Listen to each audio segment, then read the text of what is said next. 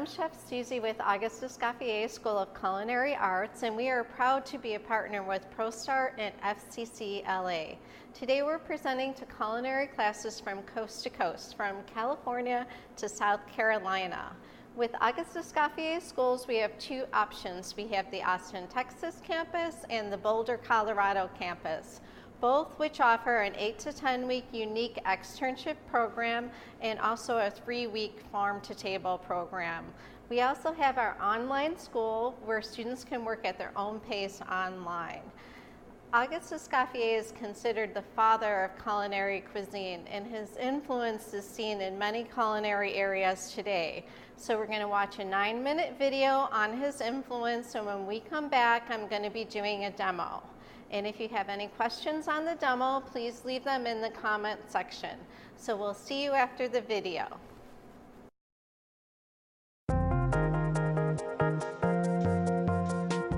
Welcome to the Auguste Escoffier School of Culinary Arts.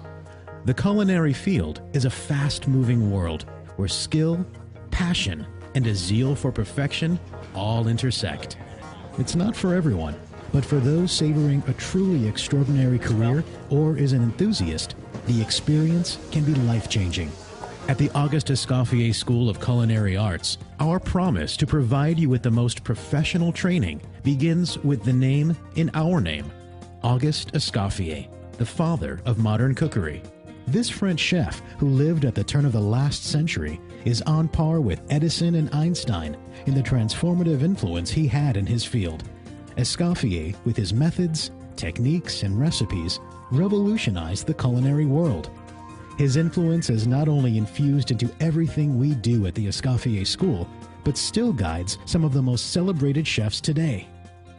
I think that Auguste Escoffier is really sort of the backbone to almost everything we do as chefs. Before him, the modern restaurant as we think of it today didn't exist. And Escoffier, to me, means so much because everything that I do on a daily basis, he was the person that set that in motion.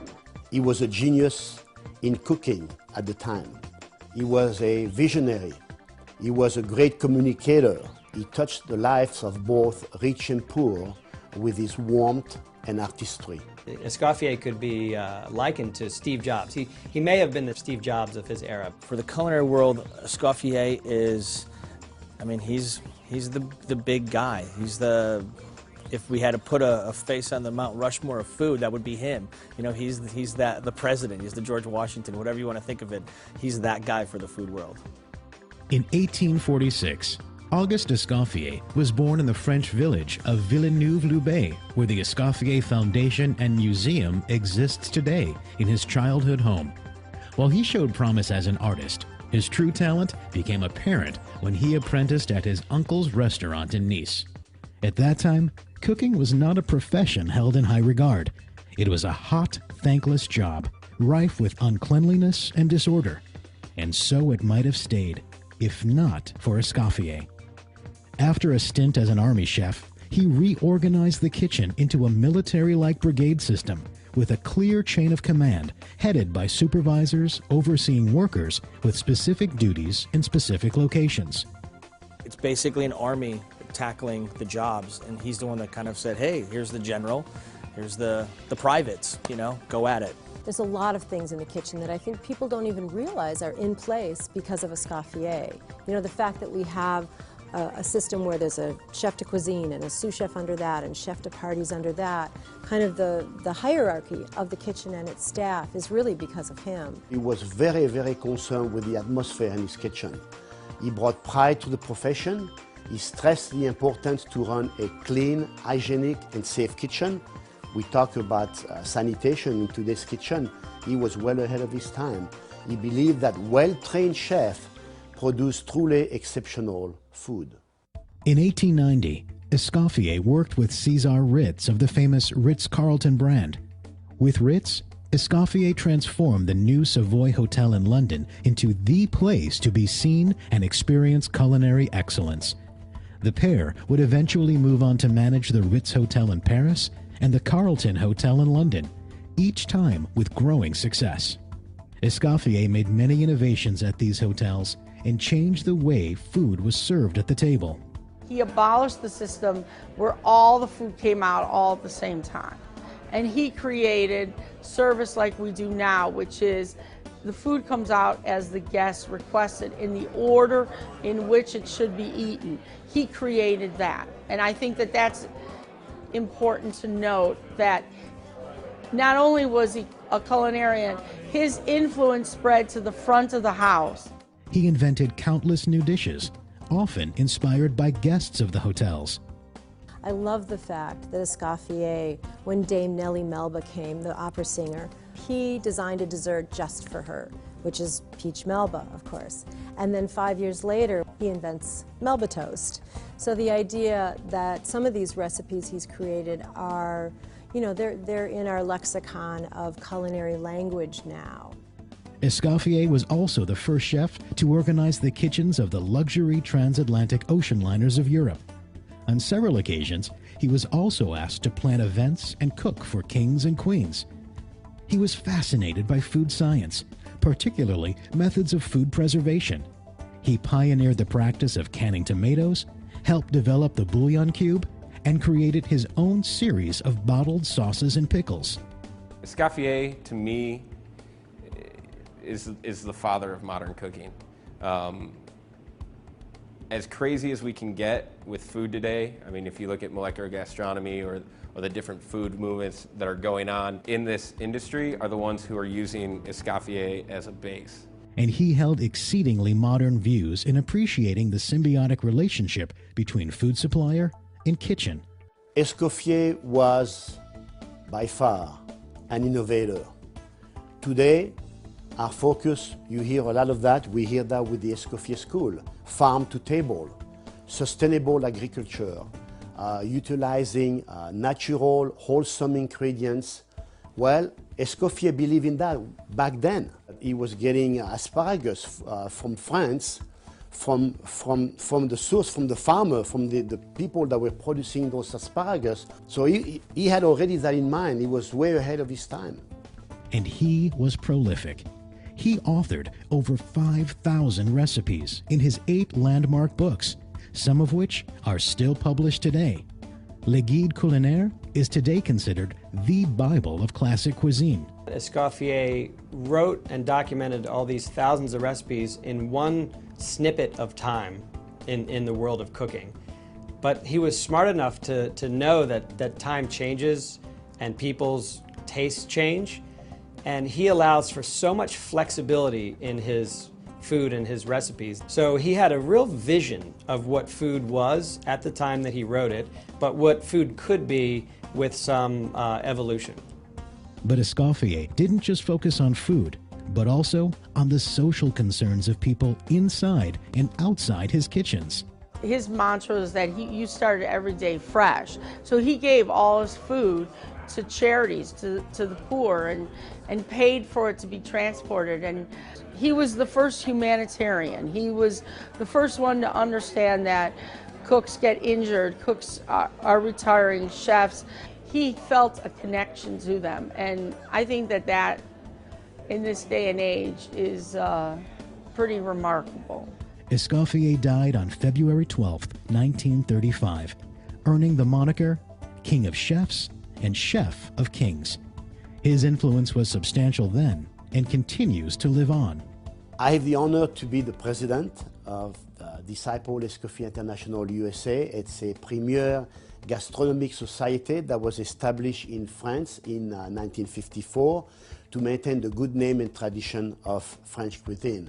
And of course, their goal is very simple, to honor the memory of Escoffier in France and around the world, to promote and preserve his work, to maintain tradition, because it's very important to maintain the tradition, and to promote culinary education and apprenticeship to young people, and to motivate them to become professional chefs.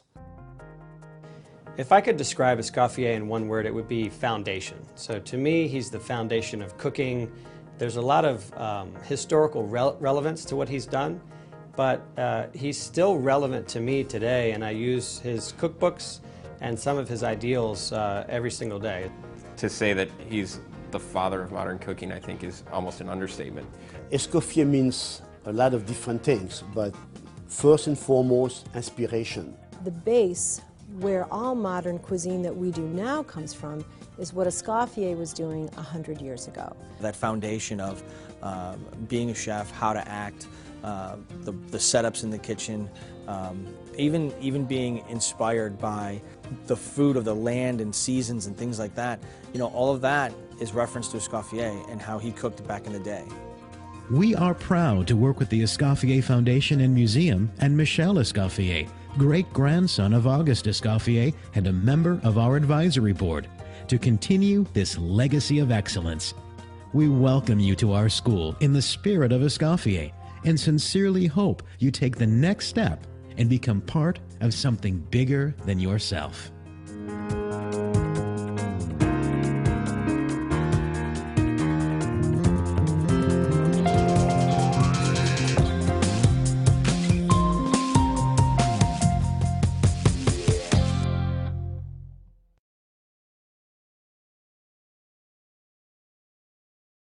Today I'm going to be making raspberry sorbet. It's just a few ingredients. It's pretty simple to make, and you'll be sure to dazzle your friends and family with this easy recipe. I have some raspberry puree here that I made by just taking some simple syrup, some sugar and water with a little lime juice and some fresh raspberries. And I simmered it on the stove and I let it cool off. And now I'm going to be blending it with my immersion blender. And then we'll strain it. We're going to be blending this because it's going to be a little bit easier to strain once it's blended.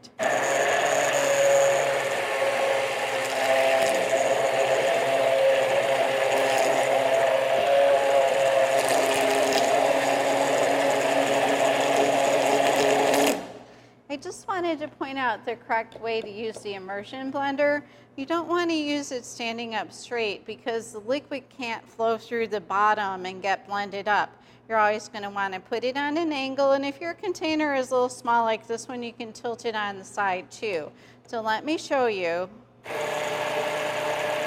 See, I was holding it straight up and you don't see any activity. Nothing's really getting blended actually around the container. But now I'm going to hold it on an angle and show you a difference.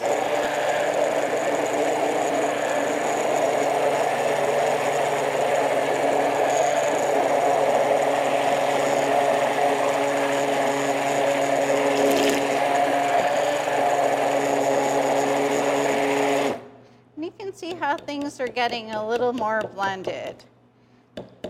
Now that it's pureed really well, we're going to go ahead and strain it because we want to get all of these seeds out of here. So I have a very fine strainer, and I'm just going to be pushing carefully through.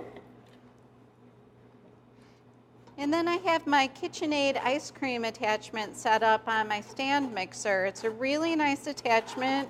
It's reasonably priced. Sometimes you can even find them on sale.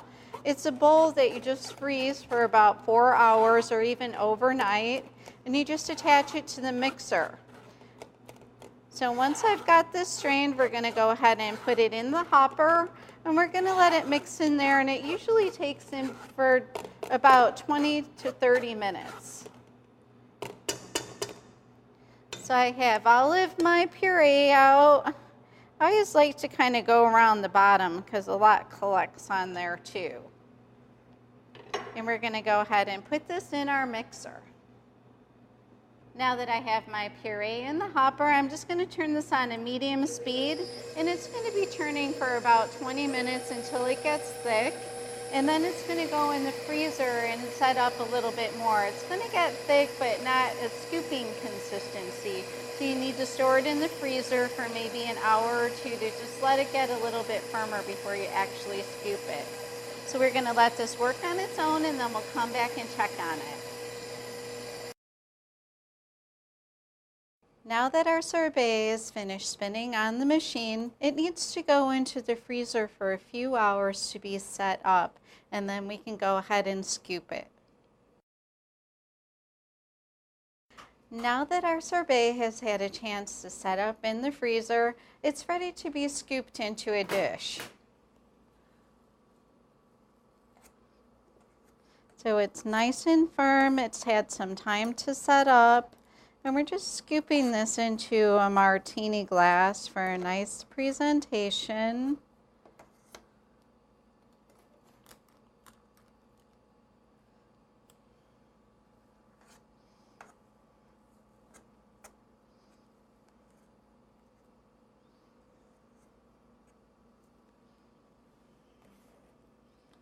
A nice trio of scoops, and I have an edible flower to garnish with, an edible pansy. And this is our raspberry sorbet for today, and thanks for joining me.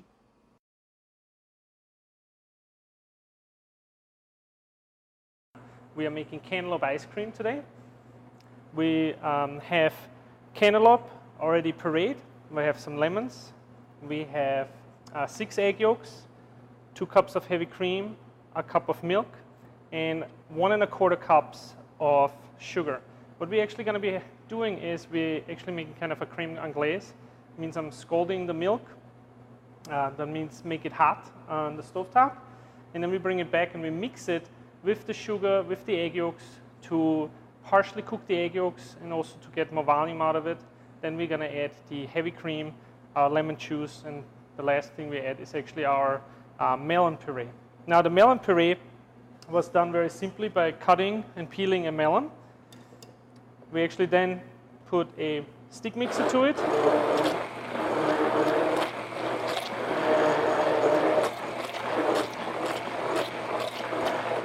And pureed it until it's a nice smooth texture. We need a little bit of lemon juice. So I have a lemon here.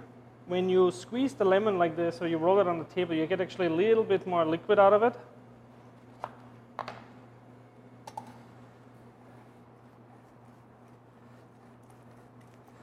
Really press hard to get all the juice out here. Now you can do this also with lemons. They have already been zested. You don't need the skin for anything.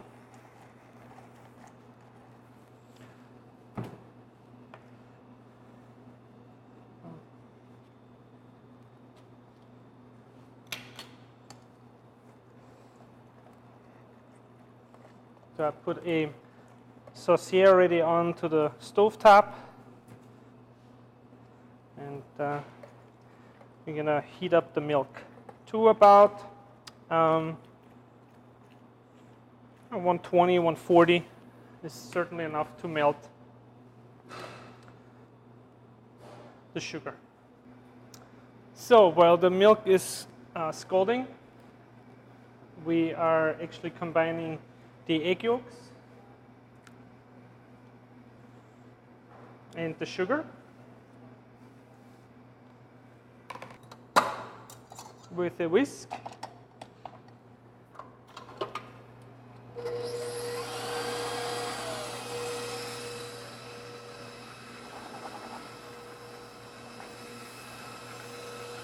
The milk is now hot.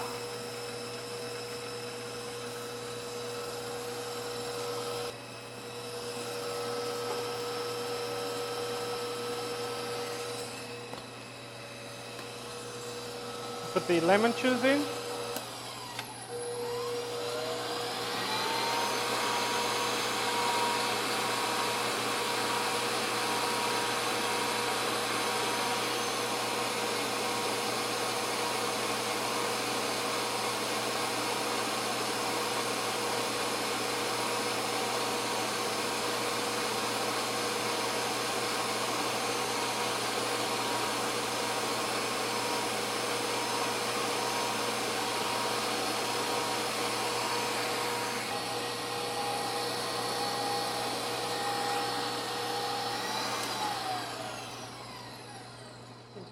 Going to check if the sugar has been dissolved. I can't feel any more sugar, so that should be good.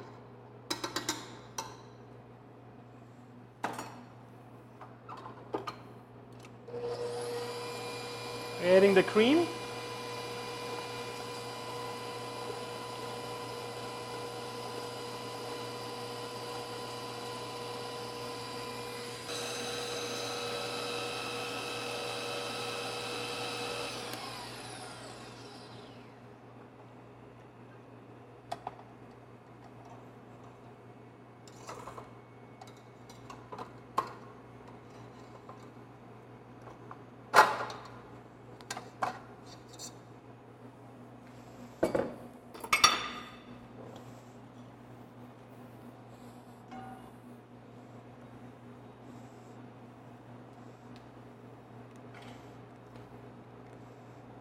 Now we're adding our ice cream base to our cantaloupe.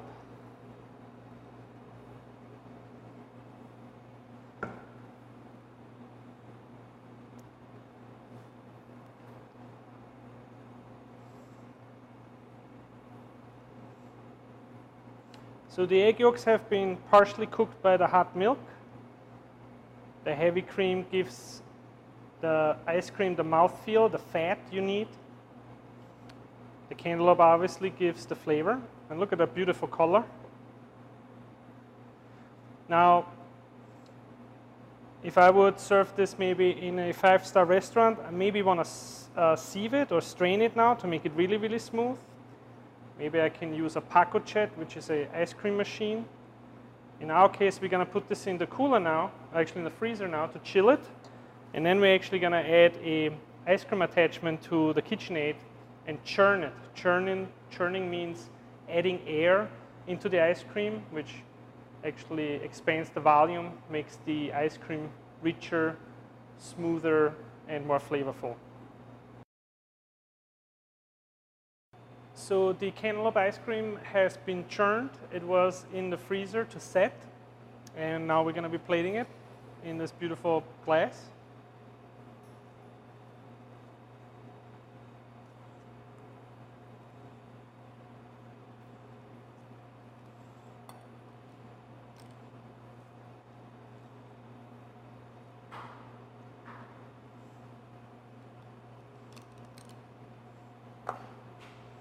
Put a little mint leaf on top.